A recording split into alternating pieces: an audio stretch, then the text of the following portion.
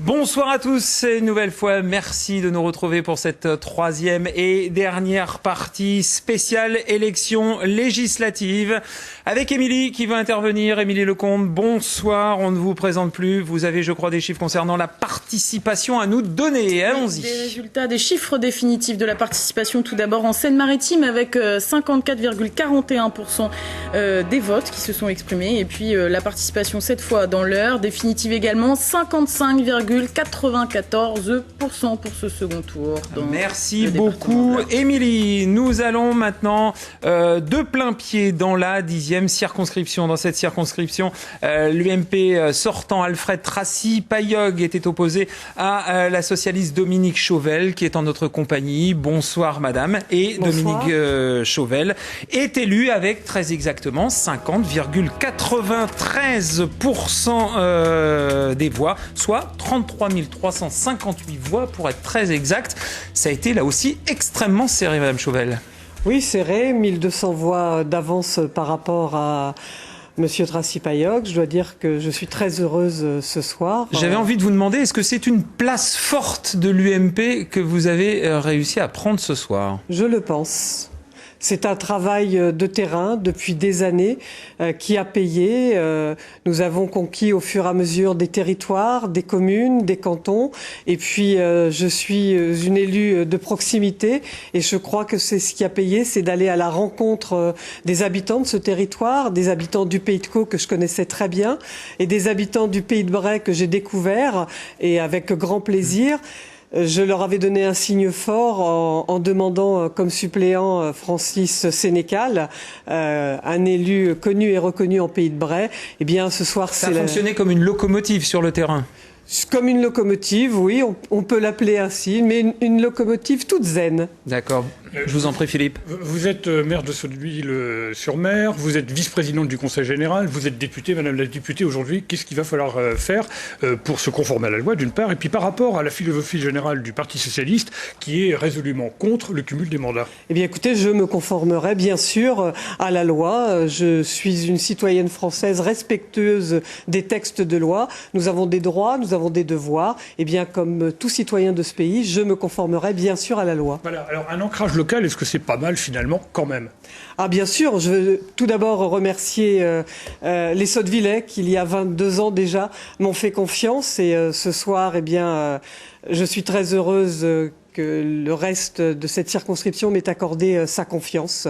Mais je me conformerai bien sûr à la loi, puisque je veux être respectée. Un ancrage local, c'est important. Oui, c'est important. Il y a des députés, des fois, qui sont un petit peu loin des réalités sur le terrain. Ah non, mais comptez sur moi pour être toujours les deux pieds dans la terre, parce que j'y suis attachée. Et je n'oublie pas mon parcours professionnel. Philippe, rapidement, avant que vous poursuiviez avec madame Chauvel votre entretien, j'aimerais qu'on aille faire juste un petit tour en dehors de nos studios, sous la tente, puisque les invités qui vont vous succéder, madame Chauvel, sont arrivés.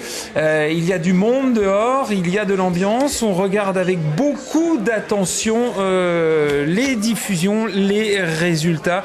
Voilà, monsieur Bouillon qui est là. Bouillon, madame Morin-Desailly, madame Céline Brulin pour le Parti communiste. Encore une question, Philippe, avec madame Chauvel, et ensuite nous devons partir dans le département de l'Eure. Je vous en prie. La même question qu'à madame Troalic, qui fait son apparition comme vous à l'Assemblée nationale. C'est une très grosse responsabilité.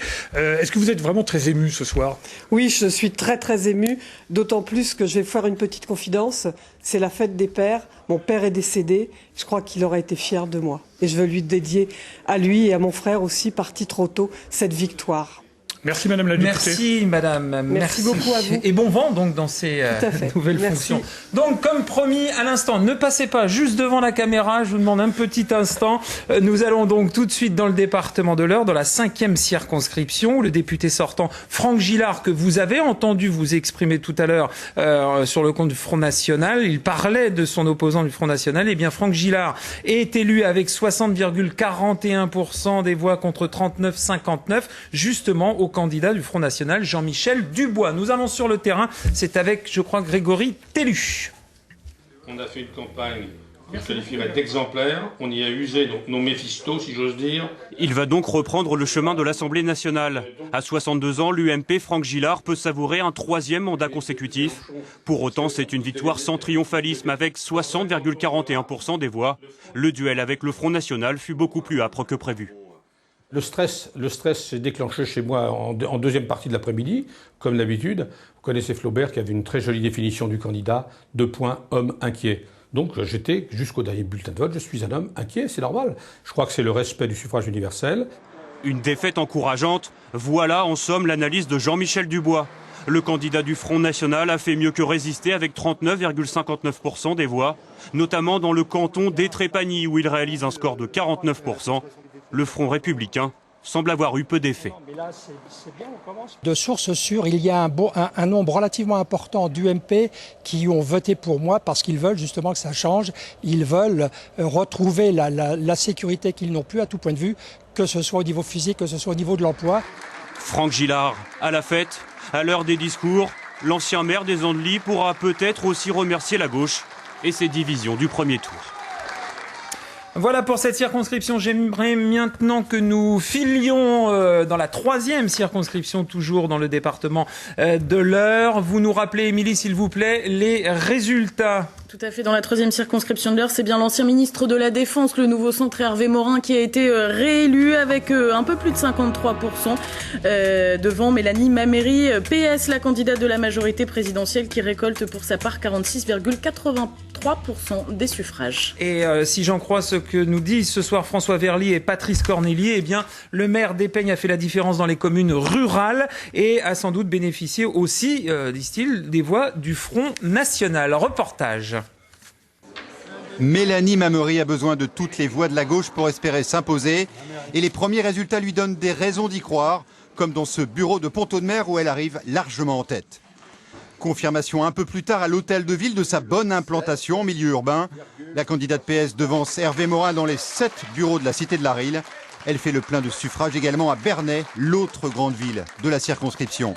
Mais ça ne va pas suffire, car le député sortant conserve son siège avec 3000 voix d'avance. Qu'est-ce qui a fait la différence d'après vous sur ce second tour ?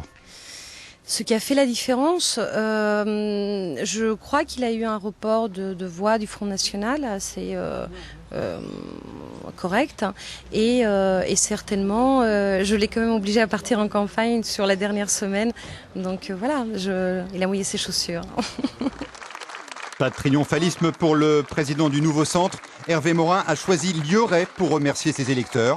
Et ce n'est pas un hasard, car il réalise ses meilleurs scores dans les communes rurales. Après sa réélection, il fait profil bas. Il y avait à la fois le sentiment que j'avais abandonné un peu la circonscription. J'ai été ministre pendant 4 ans. En dépit du travail fait par mon suppléant, voilà, les gens ont eu le sentiment que j'étais pas là. Je ne pouvais pas être là, il y avait quelqu'un d'autre.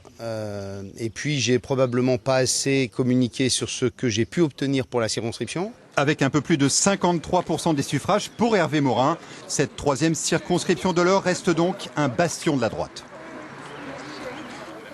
Voilà, et encore une fois, priorité aux infos, priorité à l'image et bien sûr aux réactions sur le terrain. Nous venons à l'instant de recevoir, vous voyez comme quoi vous êtes vraiment au cœur de notre dispositif, nous venons de recevoir le sujet concernant la 10e circonscription. Nous avions à l'instant en notre compagnie Dominique Chauvel. Messieurs Lusso et Drouin ont suivi pour nous la soirée du côté d'Yvetot. Cela commence par une grande solitude. Dominique Chauvel ressent ce que tous les candidats ressentent à cette heure précise. La campagne, les campagnes, tout est accompli. Reste le jugement. À son local d'Yvetot, la candidate socialiste l'attend. Ailleurs, d'autres, les militants comptent, dépouillent, envoient le matériel. Très vite, les premiers chiffres tombent. Ce sont les petites communes. Ils sont plutôt favorables. Le report du Front National ne semble pas trop avoir abondé l'UMP. On attend les grosses villes. On attend Saint-Valery, Cagny, Montville. On attend les grosses villes. La candidate reste murée dans son anxiété. Mais les amis, les militants sentent que l'affaire est jouable. Sur 88% de dépouillés, Dominique a 900 voix d'avance. Et puis tout se décoince. Les résultats de la préfecture tombent. Les villes ont plutôt voté Chauvel. Mais l'écart restera très mince. 1221 voix pour Dominique Chauvel. Je je serai présente au quotidien. C'est ce qui m'intéresse, c'est aller à la rencontre des gens, de les défendre et d'être proche d'eux. C'est ce qui m'intéresse, ce qui me passionne, c'est les gens. Donc je les remercie aujourd'hui, vraiment. Je suis très très émue, je pense vraiment très fort à mon frère et à mon père ce soir. Au local de l'UMP à Yerville, beaucoup de militants également. Pas d'éclat, on a la tristesse calme dans le pays de Caux. Alfred Tracy-Payog reconnaît sa défaite avec amertume. Les gens souhaitent aller jusqu'au bout et avoir des territoires mis en coupe réglée par le Parti socialiste. Ils l'auront. Ils l'auront. Ils pourront voir et éventuellement comparer. À Yvetot, les résultats ne sont toujours pas officiels, que la petite foule de militants défile dans la ville. Une nouvelle période s'entame pour le pays de Caux. Voilà, retour sur le plateau pour la dernière ligne droite de cette dernière partie d'émission qui va être réservée au débat. Nous allons accueillir sur ce plateau Christophe Bouillon pour le Parti Socialiste, Jean-François Bure pour l'UMP et Timothée Houssin pour le Front National. Bonsoir messieurs, merci d'avoir accepté notre invitation et d'avoir fait le détour par nos studios. Nous allons également face à vous accueillir Claude Taleb d'Europe Écologie Les Verts, Catherine Morin-Desailly, sénatrice du Nouveau Centre, et Céline Brulin pour le Parti communiste. Bonsoir mesdames, bonsoir monsieur. Installez-vous, soyez les bienvenus. On va commencer par vous, monsieur Bouillon. Vous êtes le grand vainqueur de la soirée, on peut dire ça comme ça ? Il y a une réelle satisfaction, en effet, pour la majorité présidentielle, la majorité de François Hollande. C'est un très beau résultat dans son département, mais également dans le département de l'Eure.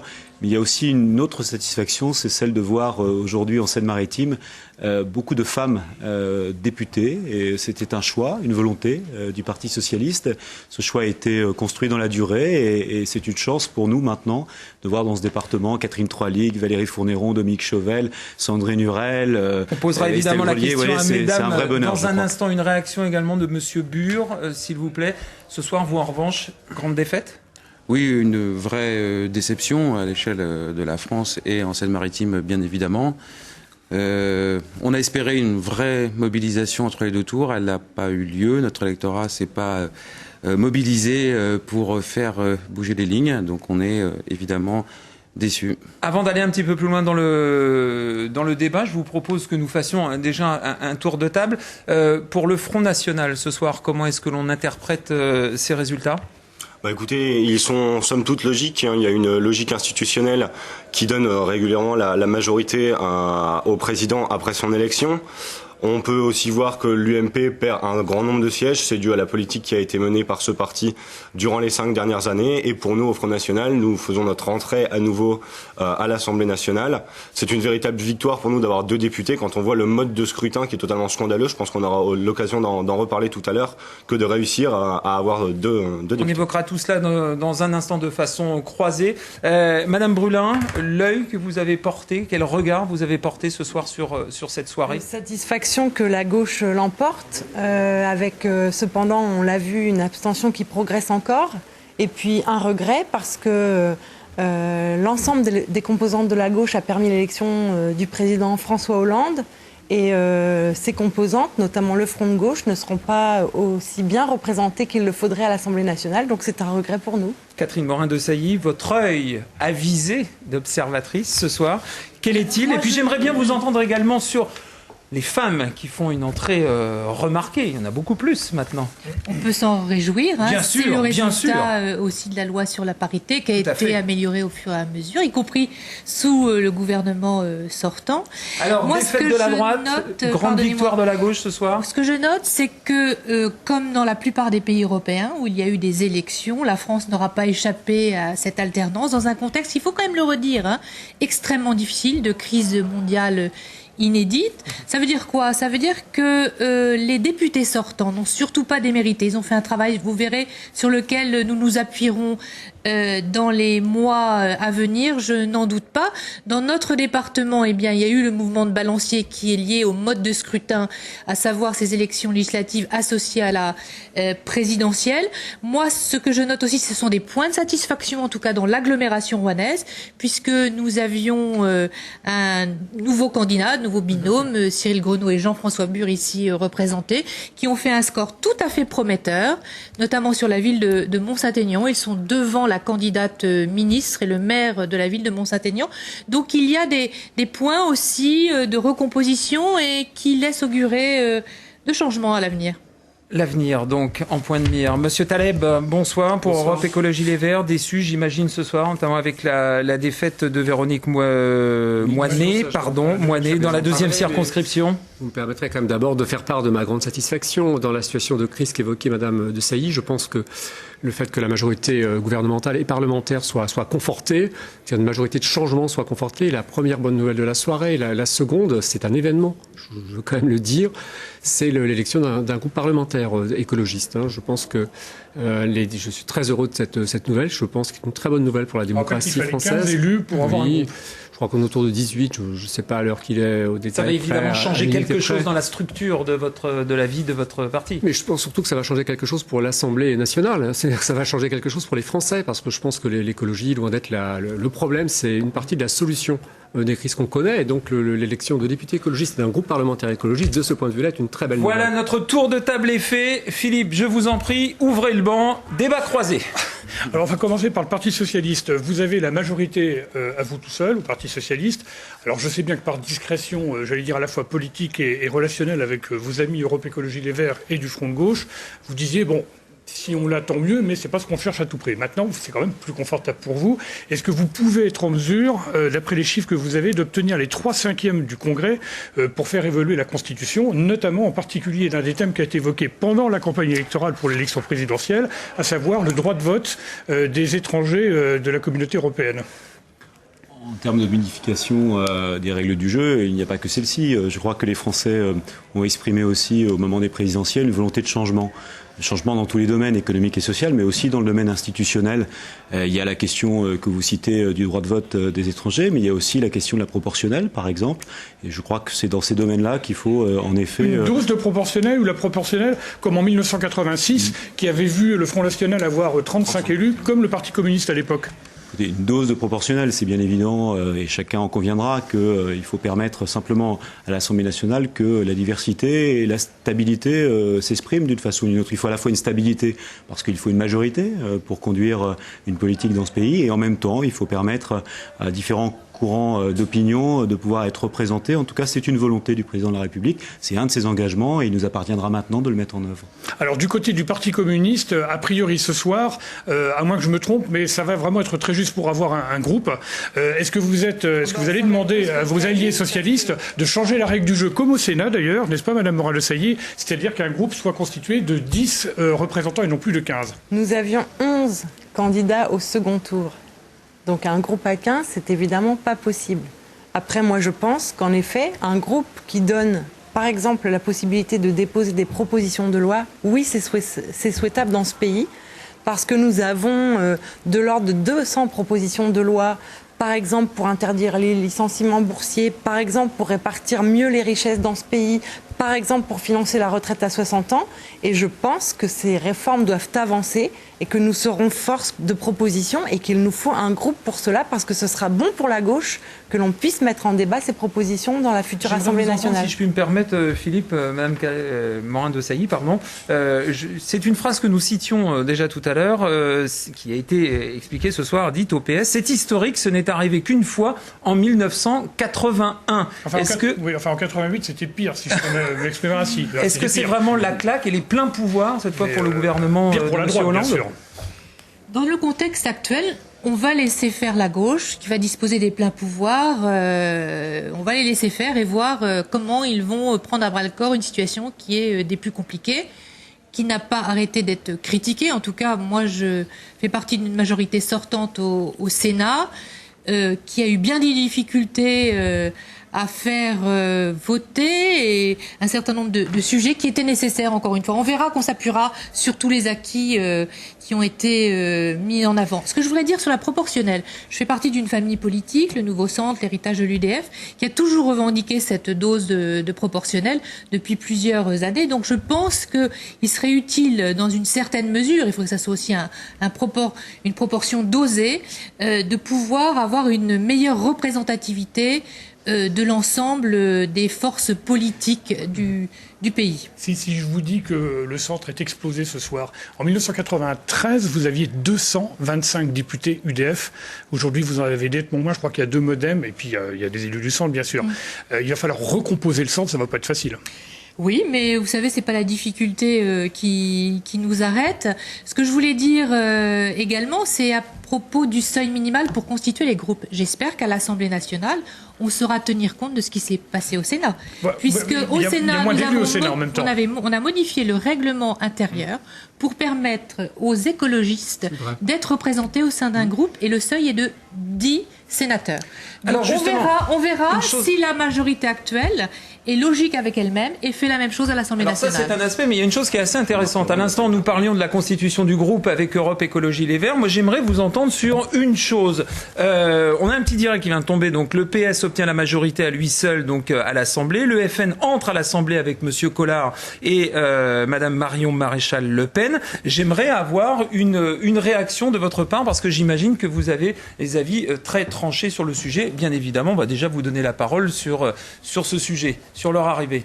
Alors honnêtement, déjà quand on voit la composition de l'Assemblée nationale en matière de sièges, je pense qu'on peut parler de véritable république bananière. Marine Le Pen a quand même réuni 6 500 000 voix lors de l'élection présidentielle. Nous n'avons aujourd'hui que 2 députés. Par exemple, des formations comme les Verts, qui ont fait 2,5%, ont aujourd'hui 17 députés et un groupe. Des partis comme le Nouveau Centre de Mme Morin-Desailly, qui ne représente que lui-même, aujourd'hui va avoir 15 députés et un groupe également. Il y a quand même un vrai déficit démocratique, et je pense qu'il faut aussi noter qu'on est quand même le seul pays d'Europe quasiment à fonctionner encore selon ce système.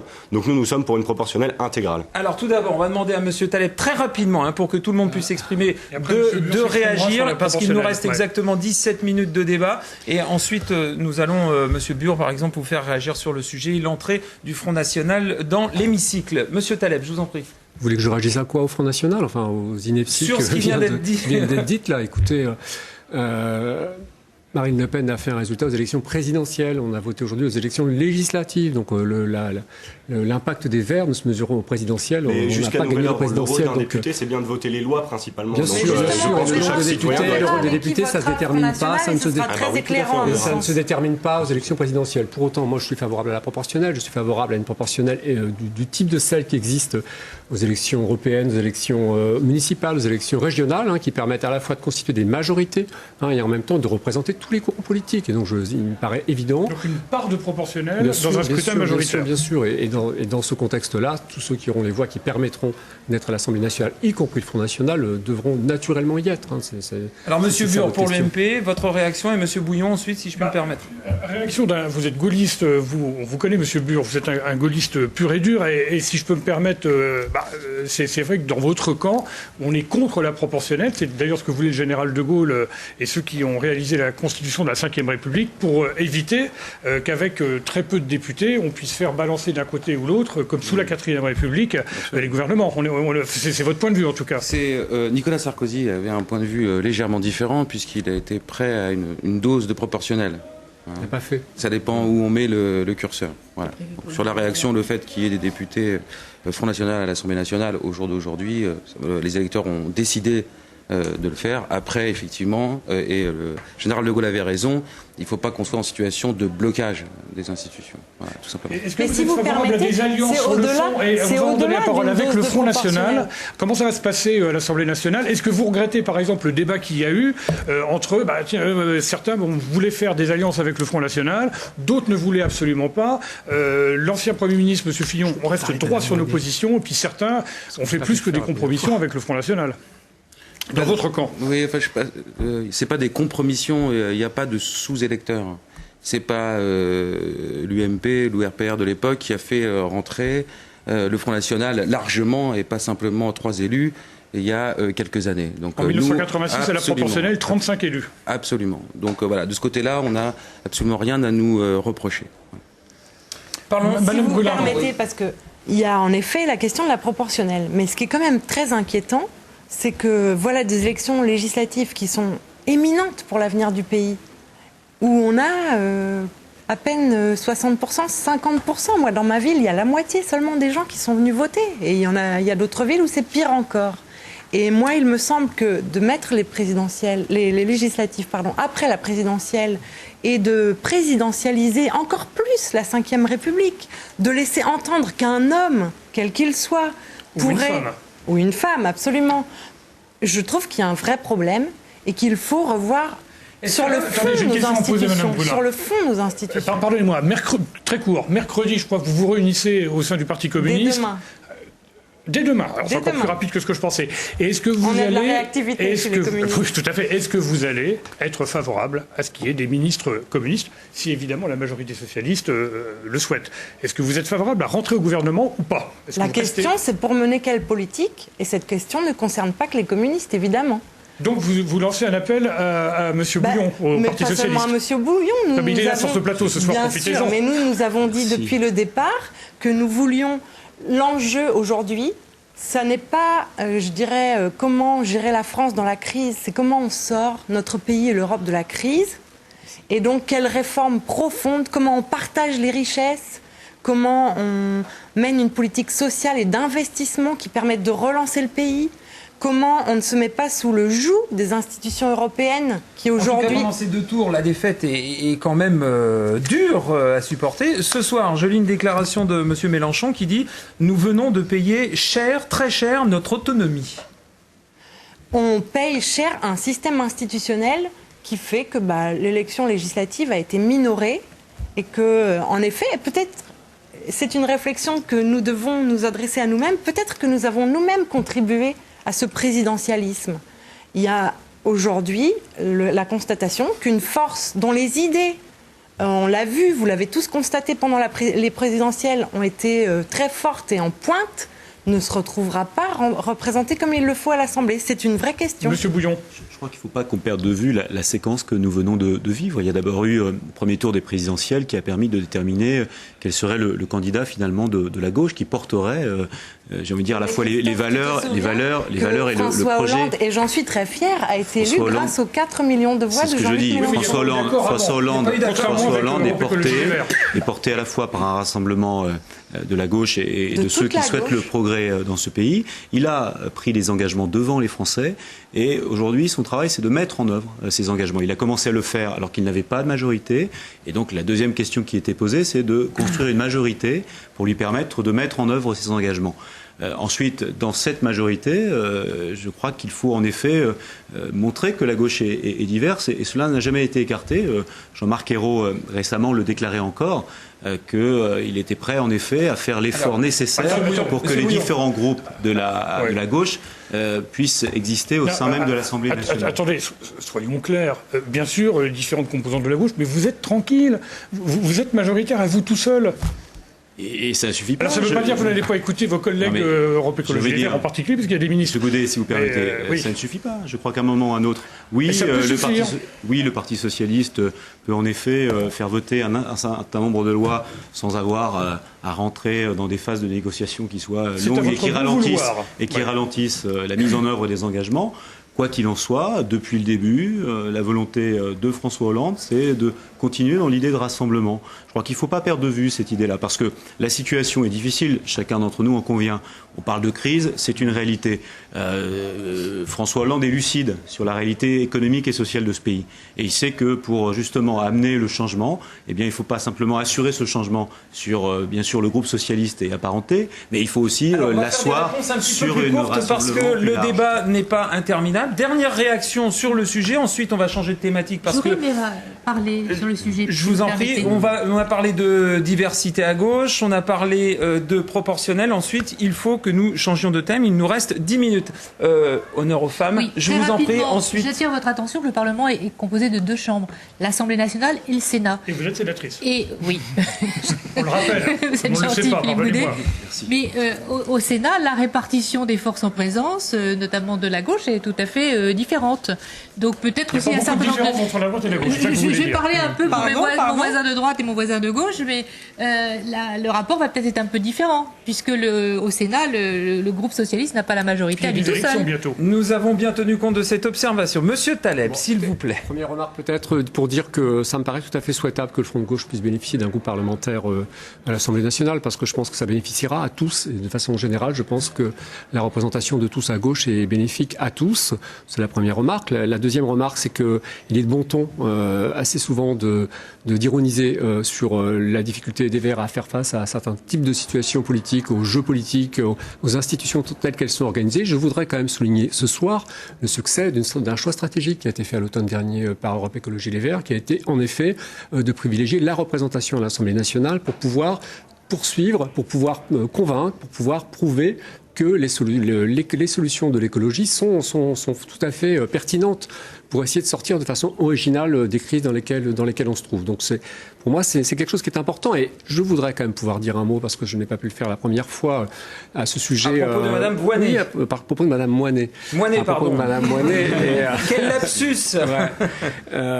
Qui a réalisé un très très beau résultat quand même dans la deuxième circonscription, puisqu'elle a bonifié d'un peu plus de 1% le résultat de la majorité présidentielle au deuxième tour des élections présidentielles, donc qui est passé pas loin d'une élection, et qui a en tout cas démontré qu'à gauche, une écologiste pouvait en tout cas gagner comme a gagné mon ami Isabelle Attard en Basse-Normandie. Avec le Parti Socialiste, ensemble. L'écologie pouvait rassembler la gauche, parce qu'au deuxième tour, l'écologie a rassemblé la gauche, et sans doute au-delà, parce qu'en effet, cette circonscription qui avait quand même été redécoupée pour les besoins de l'UMP, il faut lui appeler un chat et le dire dans cette circonscription, et bien finalement paraissait impossible à gagner. On est parti d'un rapport de force à 54-46%, on arrive à 52-48%, et ça, je pense que c'est significatif, parce que ça montre que les écologistes, bien au-delà du score qu'on veut bien nous attribuer, qu'on a réalisé au présidentiel, sont aujourd'hui aussi susceptibles de rassembler, mais aussi de convaincre les électeurs. Voilà, merci pour cette analyse. Je souhaitais que nous abordions également un thème qui est très cher à nos téléspectateurs. Ils le commentent énormément sur les réseaux sociaux et ils nous en font part dans les reportages. C'est le thème de la participation. Elle est apparemment inquiétante. Est-ce que vous n'avez pas toutes et tous l'impression que trop de politique tue la politique? Ça fait quand même 1 an que l'on parle de ces 2 sessions d'élection. Est-ce qu'aujourd'hui, les Français n'en ont pas marre d'aller constamment aux urnes et d'entendre parler de la politique? Sur la participation, on peut peut-être demander à monsieur Houssien. Attendez. Une question précise. Dans la 5e circonscription de l'Eure, la progression du candidat du Front National est importante. Quand vous reprenez le résultat du premier tour, c'est le deuxième tour. Je rappelle qu'il était opposé au candidat UMP sortant, monsieur Gillard, qui ne fait pas un résultat extraordinaire. On aurait pu penser, alors que la gauche, dans son ensemble, avait appelé à voter en sa faveur, on est un peu surpris. Alors ça, c'est la première chose. Vous parlez de participation, Franck, oui, vous avez raison. La participation qui est inquiétante, et moi j'aimerais avoir votre avis sur ce sujet. Il y a un taux important de vote blanc ou nul. Est-ce que ça veut dire que vous avez lancé un appel pour le deuxième tour à ce qu'on ne vote pas pour la droite ou pour la gauche? Est-ce qu'il a été entendu? Et quelle va être votre stratégie maintenant? Alors, tout d'abord, sur la 5e circonscription de l'Eure, alors je pense qu'on peut vraiment féliciter monsieur Jean-Michel Dubois, parce qu'il a fait 20% des voix au premier tour. Il s'est retrouvé dans le duel le plus difficile pour nous, c'est un duel contre l'UMP, et malgré tout, il a doublé en termes de pourcentage ses voix. Il a fait 40% des voix au second tour, quasiment. Donc, je pense que c'est très intéressant d'un point de vue de l'analyse. Oui, mais là, vous nous parlez des candidats, ce que nous souhaiterions, c'est que l'on parle des électeurs. Les électeurs. Ce qu'on peut remarquer, c'est que comment monsieur Dubois a-t-il progressé? Eh bien, en ramenant des voix de la gauche. Et c'est là que c'est très intéressant. On voit bien par cet exemple que le Front National est amené à réunir à la fois les patriotes issus de la droite, mais aussi les patriotes issus de la gauche, dans le but d'obtenir une formation qui aura la majorité un jour et qui accédera au pouvoir. Mais de moins en moins de participation, on le voit aujourd'hui encore. Ça vous inquiète pas? Bien sûr. Quelle est votre analyse sur le sujet? De le dire, oui, ça m'inquiète beaucoup. Parce que moi, j'ai rencontré des tas de gens dans cette campagne, comme sans doute vous tous, qui ont dit... Nous avons voté pour le président de la République. Maintenant, on attend de voir avec je dirais, un espoir très mesuré. Un mois entre c'est pas une question, non, je ne crois pas que ce soit une question de calendrier. C'est long quand même comme campagne, non? Enfin, je sais pas. Ça fait peu importe, mais les candidats qui s'engagent, ils s'engagent. Les primaires socialistes, ça a dit c'est long. Mais les gens, non, mais j'ai pas terminé. Les gens n'en ont pas marre de parler politique, c'est pas vrai. Les gens, ils ont des préoccupations quotidiennes, ils veulent trouver des réponses. Et ils ont l'impression, parce que le système est ainsi fait, qu'en votant le président de la République, après, il leur faut attendre les solutions. Bien non, je pense qu'il faut, si on veut donner de la force au changement, si on veut donner de la puissance et porter le changement, je pense qu'il faut pour de bon revoir le système institutionnel qui ne place pas les gens dans une... peut-être. Pas seulement le calendrier. Il y a le problème de l'inversion du calendrier, c'est une évidence. Moi, je note malgré tout que les scrutins qui s'attachent à une personne, que ce soit le maire ou le président de la République, il y a une très forte mobilisation. À partir du moment où on est dans d'autres types d'élections, que ce soit les élections cantonales, régionales ou législatives, là, la participation chute vraiment. Est-ce à dire que nous ne savons pas assez convaincre nos concitoyens sur l'enjeu de chaque scrutin, la spécificité de chaque assemblée? On peut aussi se poser des questions. Il y a un autre facteur que je tiens à souligner. Moi, j'ai été assez choquée cette semaine de lire des articles dans la presse, je suis assez sévère par rapport à ça, qui dénigraient le rôle des parlementaires et qui dénigraient le travail des parlementaires. Moi, je suis obligée de dire que, pas sur France 3, mais je suis obligée de dire que cette presse populiste, qui concerne un certain nombre de journaux, et des journaux et des quotidiens, qui pourtant ont bonne presse, pardonnez-moi le jeu de mots, mais je trouve que c'est pas bien, parce que la majorité des élus dans ce pays sont des gens qui travaillent, quelle que soit d'ailleurs leur tendance politique, qui s'investissent. Alors que nos concitoyens souhaitent une moralisation de la vie politique qui soit encore accrue, c'est tout à fait légitime, il faut y travailler, mais pour autant, il faut cesser aussi de dénigrer, élection après élection, les politiques. J'ai l'impression également que les querelles au sein des partis, on l'a vu cette semaine avec le tweet de Madame Trierweiler, est-ce que vous n'avez pas l'impression que de ça, les Français en ont un peu marre quand même? Au PS, on a un peu trop parlé peut-être de Madame... Sur la participation, d'abord, il y a en effet souvent l'enjeu de proximité. C'est vrai qu'on a plus tendance à voter quand on connaît les personnes, donc ces éléments peuvent rentrer en ligne de compte. Il y a quand même un vote de crise aussi. On est, vous l'avez dit, dans un moment assez difficile et beaucoup de Français connaissent des situations sociales et économiques qui parfois les pénalisent bien évidemment et j'ai envie de dire, ils n'ont pas envie de voter parce qu'ils ont l'esprit ailleurs et en tout cas ils sont très inquiets. C'est de la faute des médias, mais vous n'avez pas l'impression qu'on a autre chose à faire que de s'occuper d'un tweet? Jamais je ne dirais que c'est la faute des médias. Simplement, j'ajouterai un point qui est important malgré tout, c'est aussi la question de la crédibilité de la parole publique. C'est-à-dire que pendant des années, on a vu aussi, notamment l'ancien président de la République, habituer les Français à beaucoup de paroles et pas d'actes qui suivaient. Et je crois que c'est important d'avoir des paroles qui suivent des actes. Et c'est l'enjeu, à mon avis, de la réhabilitation de la politique. Avant de rendre l'antenne. Ça, M. Bouillon, on en reparlera dans quelques mois. Avec un peu de recul, vu les circonstances, vous parliez tout à l'heure de crise et que François Hollande le président de la République parlait de crise. On l'a pas entendu pendant toute cette campagne parler de crise. On l'a surtout vu faire des cadeaux à beaucoup et que le réveil va être extrêmement douloureux. Pas riche en tout cas. Dans les cadeaux riches, ça, c'est oui, évident. mais ça c'est toujours la même. Pendant 10 ans. Tout à fait. C'est toujours le même discours sur les boucs émissaires. Il faut en trouver un. C'est pas les quelques riches pendant cette campagne dont vous allez vous occuper qui paieront les 1700 milliards de dettes de toute façon. Et ce sera la classe moyenne, à commencer par ceux qui ont quelques centaines d'euros de plus par an avec les heures supplémentaires. Voilà. Alors ça sera la dernière intervention puisqu'il nous reste exactement 1 minute 38. Monsieur Taleb, pendant que j'étais tout à l'heure en train de parler avec Monsieur Bouillon, à propos pourquoi cette baisse de la participation, vous me glissiez dans l'oreille, on comprend pourquoi. Alors dites-nous pourquoi en 20 secondes. Parce que vous évoquiez le cas de la 27.5, mais c'est pas un cas général. Hein. Le cas général, c'est en effet, il suffit d'avoir fait campagne, d'avoir fait un peu de porte-à-porte pour constater l'ampleur des dégâts. Hein. Moi, j'ai fait campagne dans le pays de Brest, j'ai rencontré des électeurs qui ignoraient que leur circonscription avait été redécoupée, qui pensaient que leur député sortant leur député était Michel Lejeune, pour citer son nom, hein, et qui découvraient avec effarement que tout avait été changé sans qu'ils comprennent pourquoi. Je suis maintenant, Monsieur Taleb, je vous en prie, je laisse dans les territoires où les services publics, il n'y en a plus, et donc on se trouve avec des gens en effet qui ont un sentiment d'abandon exacerbé. Merci infiniment, merci à vous mesdames, merci à vous messieurs, c'est la fin de cette grande soirée électorale. Juste avant de nous séparer, peut-être Émilie, avez-vous 2-3 résultats importants à nous rappeler. Dites-nous, vous avez mais vraiment 15 secondes. Alors, 30 secondes pour vous dire que Valérie Fourniron a été élue dans la première circonscription de Seine-Maritime, Françoise Guégaud dans la deuxième, Luce Pan dans la troisième, Laurent Fabius dans la quatrième, Christophe Bouillon ici parmi nous dans la cinquième, sixième circonscription remportée par Sandrine Hurel, la septième par Édouard Philippe, la huitième par Catherine Troalic, la neuvième par Estelle Grelier, la dixième par Dominique Chauvel. Et dans l'heure, c'est Bruno Le Maire qui remporte la première, dans la deuxième, c'est Jean-Louis Destan qui s'illustre, dans la troisième, c'est Hervé Morin qui est réélu, François Lonc réélu également dans la quatrième et Franck Gillard également dans la cinquième. Voilà, c'est un timing absolument parfait. Merci à vous Philippe Goudet d'avoir participé à ces 2 soirées électorales. La soirée continue sur Internet. Je tiens absolument à remercier tous les techniciens sans qui ce genre de soirée n'est pas possible, ainsi que tous les journalistes qui ont été sur le terrain. Très belle soirée et ça continue sur Internet.